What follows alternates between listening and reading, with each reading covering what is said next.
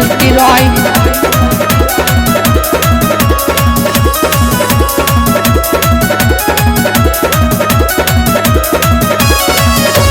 चुप चोरी ये जगह खोते के बहाने खराबा के लोग तोरा कोई नहीं जाने। सुन हाय हाय चुप चोरी ये जगह खोते के बहाने खराबा के लोग तोरा कोई नहीं जाने। लगी केहू देखे तो ढेला लगी फेंके ढुकल पतनी को न खिली है। सरसों में परस मिली है गे छौरी सरसों में परस मिली है।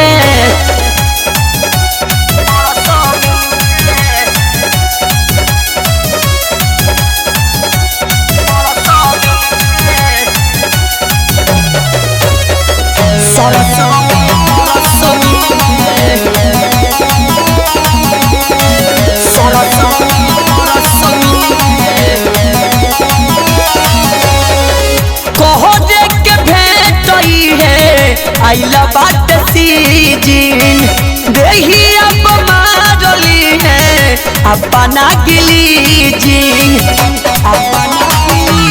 हाय हाय कहो देख भेटई है आइला बात सीजिन देही अब मारली है सुन ना गिली जी खाले पे कुछो लगी बारा भूख लभो के टौनी कपिली है।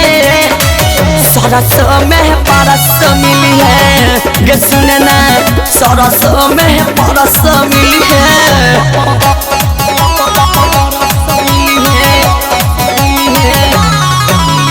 म्यूजिक बाय नवल की राय।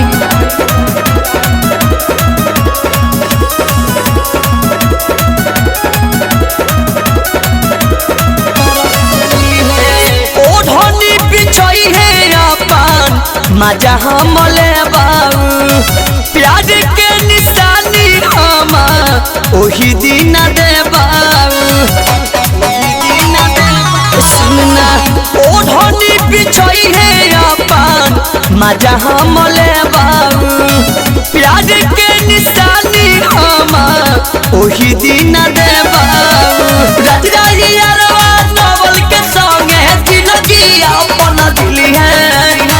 सरस में परस मिली है ये सुने ना सरस में परस मिली है। चुप चोरी ये सग खोते के बहाने खराबा के लोग तोरा कोई नहीं जाने। लगी केहू देखे तो ढेला लगी फेंके ढुकल पतनी को न खिली है।